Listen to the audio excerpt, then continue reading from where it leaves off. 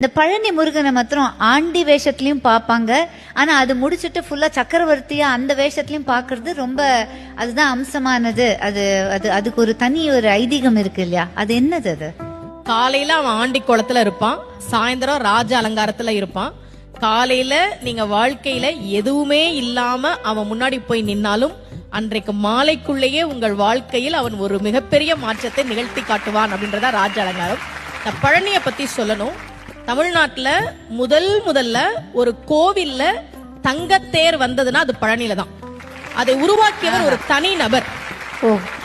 அவர் மட்டும் ஒரு தங்கத்தேர் பழனிக்கு உருவாக்கி கொடுத்தார். இன்னைக்கும் அந்த தங்கத்தேர் தான் பழனியில இருக்கு. அதன் பிறகுதான் மற்ற கோவிலுக்கு வந்தது. ஏன் ஒரு தனி நபர் பழனி கோவிலுக்கு தங்கத்தேர் செஞ்சு கொடுக்கணும்? அவருக்கு ரொம்ப வருஷமா குழந்தை இல்ல. முருகன் கிட்ட, பழனி முருகன் கிட்ட மனமுருகி வேண்டார். இரட்டை ஆண் குழந்தை பிறந்ததால் நன்றி கடனாக அதை கொடுத்தார். அப்போ